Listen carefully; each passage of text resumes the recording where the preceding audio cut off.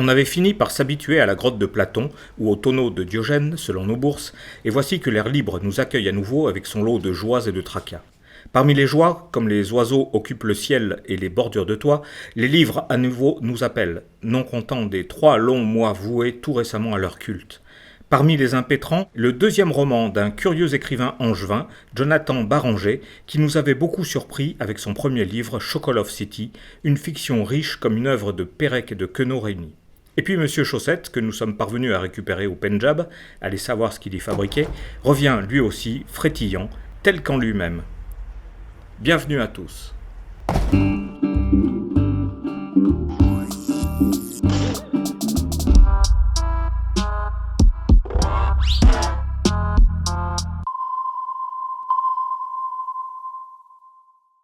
Bonjour Jonathan Barranger, nous allons parler, si vous le voulez bien, de votre livre Don Creux est mort, qui paraît aux éditions Champvallon. Dans votre premier roman, qui s'intitulait Chocolate City, nous faisions connaissance avec une diaspora imaginaire. De votre nouveau roman, Don Creux est mort, émerge une fois encore un autre groupe humain, plus proche des beatniks cette fois, un groupe d'amateurs de rock, psychobataves. Alors qui sont-ils et quelle est cette musique ? La difficulté, c'est que le psychobatave n'est pas vraiment un genre musical. On pourrait le définir comme la manière exacte de composer, d'arranger, de jouer et d'enregistrer la musique entre 1964 et le printemps 1967. Psychobatave peut aussi désigner les individus eux-mêmes qui ont défini le canon psychobatave. On peut aussi appeler psychobatave toute l'esthétique et même l'éthique qui découle du psychobatave. Et enfin, par extension, tout attachement un peu forcené, un peu aveugle à une cause minoritaire et disparue. Il y a toujours une mélancolie du psychobatave. On peut en déduire que l'histoire de Don Creux, de Webb et de tous les autres tient de la fable, de l'histoire générationnelle ou de l'histoire groupusculaire qui traverse toutes les générations. En réalité, il y a toujours des moments d'identification dont on doit ou non se détacher. Oui. Pour peu qu'étant jeune, on ait eu un idéal esthétique et qu'on se soit allié avec d'autres jeunes personnes qui partageaient le même idéal. En vieillissant, beaucoup s'en écartent, d'autres essaient le plus longtemps possible de maintenir l'idéal vivant. Vos romans mettent une énergie folle à enchasser des récits et des histoires. Qu'est-ce que pour vous représente la fiction ? La première réponse que je pourrais vous donner, elle est assez classique et puis elle doit concerner la majorité des écrivains, c'est que j'ai la hantise du tarissement. C'est quelque chose qui m'obsède et qui, à mon avis, obsède tous les créateurs, qu'un jour ça se tarisse. L'autre raison qui me pousse comme ça à atomiser un peu le récit en divers petits récits, c'est que j'ai l'impression que c'est en multipliant les récits, même embryonnaires, qu'on finit par donner consistance au monde auquel on veut faire adhérer le lecteur. Autre raison, je pense qu'ils parlent à peu près tous de la même chose. Ils ont à peu près tous une poignée de thèmes en commun qui seraient le vieillissement, le désistement, la monomanie, l'obsession, le détachement du monde aussi. Et j'aime l'idée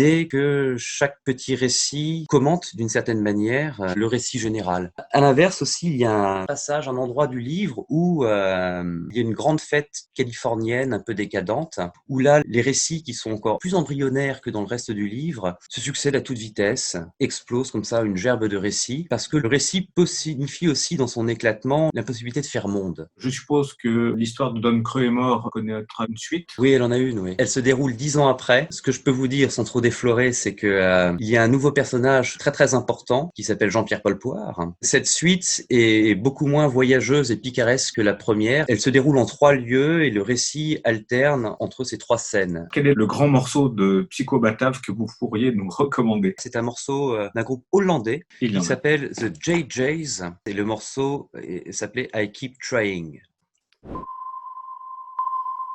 Et la librairie qui le vend.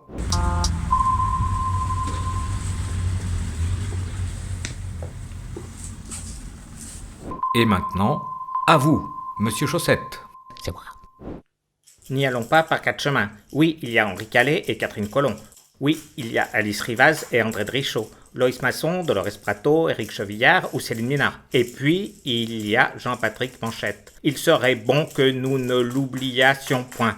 D'autant qu'après 3 mois de confinement, la position du tireur couché est celle qui a notre dilection. Pas vous ? La correspondance générale de Manchette vient de paraître aux éditions La Table Ronde. Un volume qu'un esprit libre et éclairé ne devrait pas contourner. Pourquoi ? Parce que je vous le dis.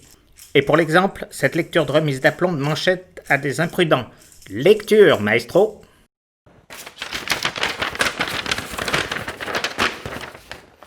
Madame, monsieur. J'ai eu connaissance du grotesque prospectus par lequel vous invitez les gens à souscrire à un ouvrage intitulé « Le situationnisme, ses idées, ses hommes », dont l'auteur ou le maître d'œuvre semble être un certain Laurent Cholet. J'ai constaté que mon nom y figure dans l'encadré consacré au créateur du situationnisme.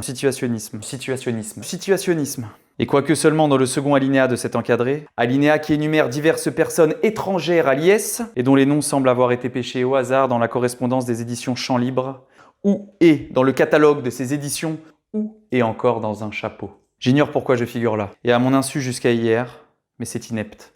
Je vous interdis formellement, à vous et à votre Cholet, d'utiliser mon nom comme argument de vente ou pour toute autre raison inepte.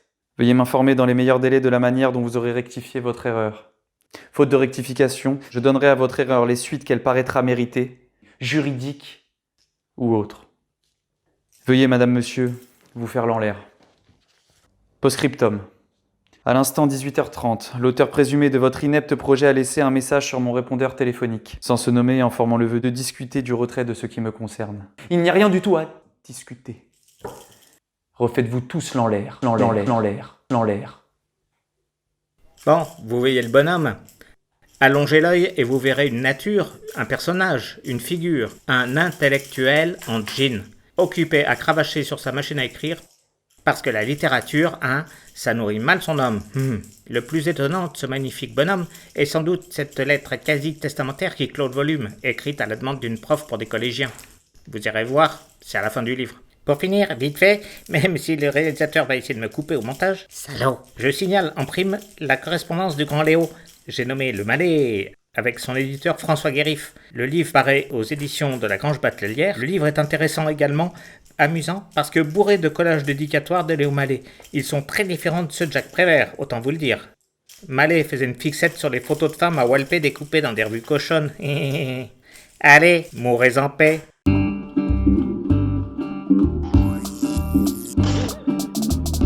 Le coup de projo de Monsieur Jacques Reda. Le dernier bon livre que vous ayez lu? Je dirais Le Cénotaphe de Newton, de Dominique Pagné. C'est un très mauvais titre qui a été imposé par l'éditeur. Le titre d'origine, c'était Contes et légendes de la guerre froide. Et ça aurait permis au livre d'attirer l'attention, parce que le cénotaphe de Newton, franchement, beaucoup de gens ne savent plus du tout ce que c'est qu'un cénotaphe. Quand Newton, à part l'histoire de la pomme qui lui tombe sur la tête, il n'y a pas beaucoup. Donc c'est un livre assez complexe, constamment intéressant, ne serait-ce que par le style de Pagné qui est tout à fait identifiable dans la monotonie de ce qui s'écrit aujourd'hui. Allez savoir pourquoi est-ce qu'il y a des tas de types qui courent sans arrêt, ils font du jogging, qui courent au but de Chaumont, il n'y a que des champions du 110 mètres haies, c'est comme ça.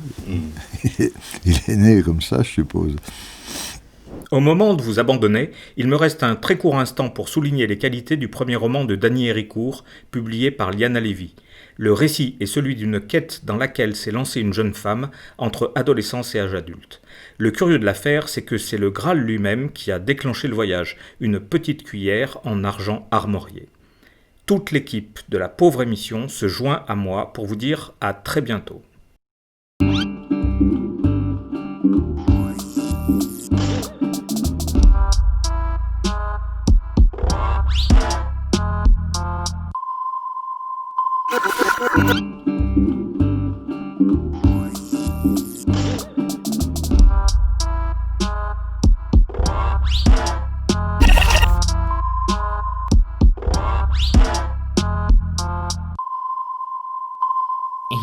C'est moi.